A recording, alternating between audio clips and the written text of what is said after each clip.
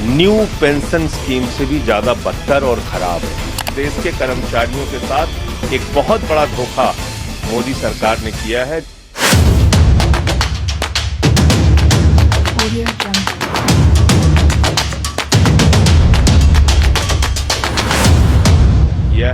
देखिए, unified pension scheme new pension scheme से भी ज्यादा बदतर और खराब है और ये देश के कर्मचारियों के साथ एक बहुत बड़ा धोखा है।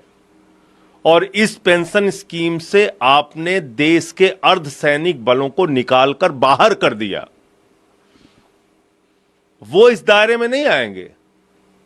देश के पैरामिलिट्री फोर्सेस इस दायरे में नहीं आएंगे क्योंकि उनकी 25 साल की सर्विस होती ही नहीं।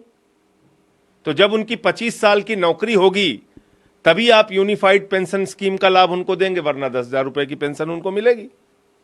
दूसरी बात इसमें क्या है कि जब से आपने अपनी नौकरी शुरू की, मान लीजिए आपने 40 साल नौकरी की, तो हर महीने आपका 10% सैलरी से कटेगा पेंशन के नाम पे, और उसके बाद पूरा पैसा सरकार अपने पास रख लीजिए। मान लीजिए 1 लाख की सैलरी है, 40 साल आपने नौकरी की, कभी 2 लाख होगी सैलरी आगे बढ़ के आपकी, कभी 3 लाख होगी।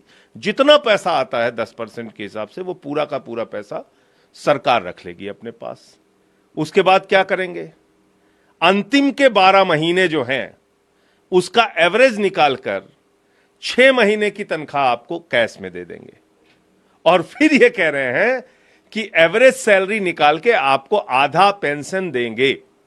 पहले तो आपने एक बहुत बड़ा अमाउंट कर्मचारियों का मार लिया, लाखों रुपए जो अपनी पूरी जिंदगी में उनकी 10% कटौती के नाम पे इकट्ठा होगा।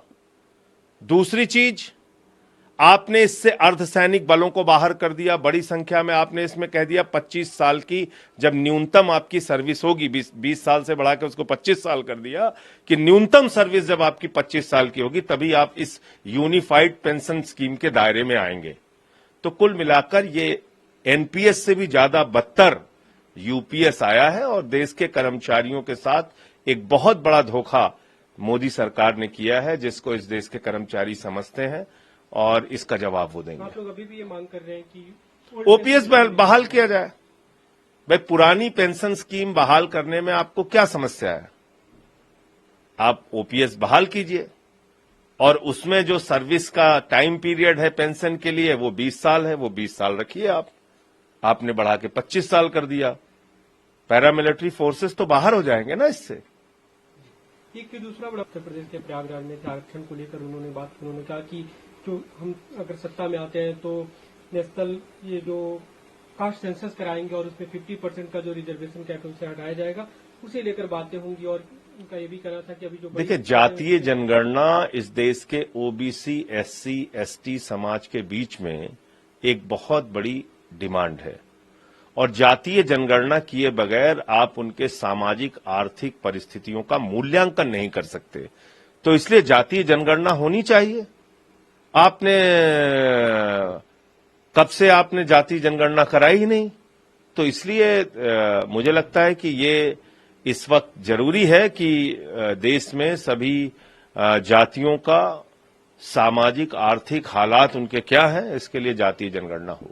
एक अंतिम सवाल, बीजेपी ने चुनाव आयोग को ये भाग भाजपा भाग है, भाग भाजपा भाग, चुनाव से भाग।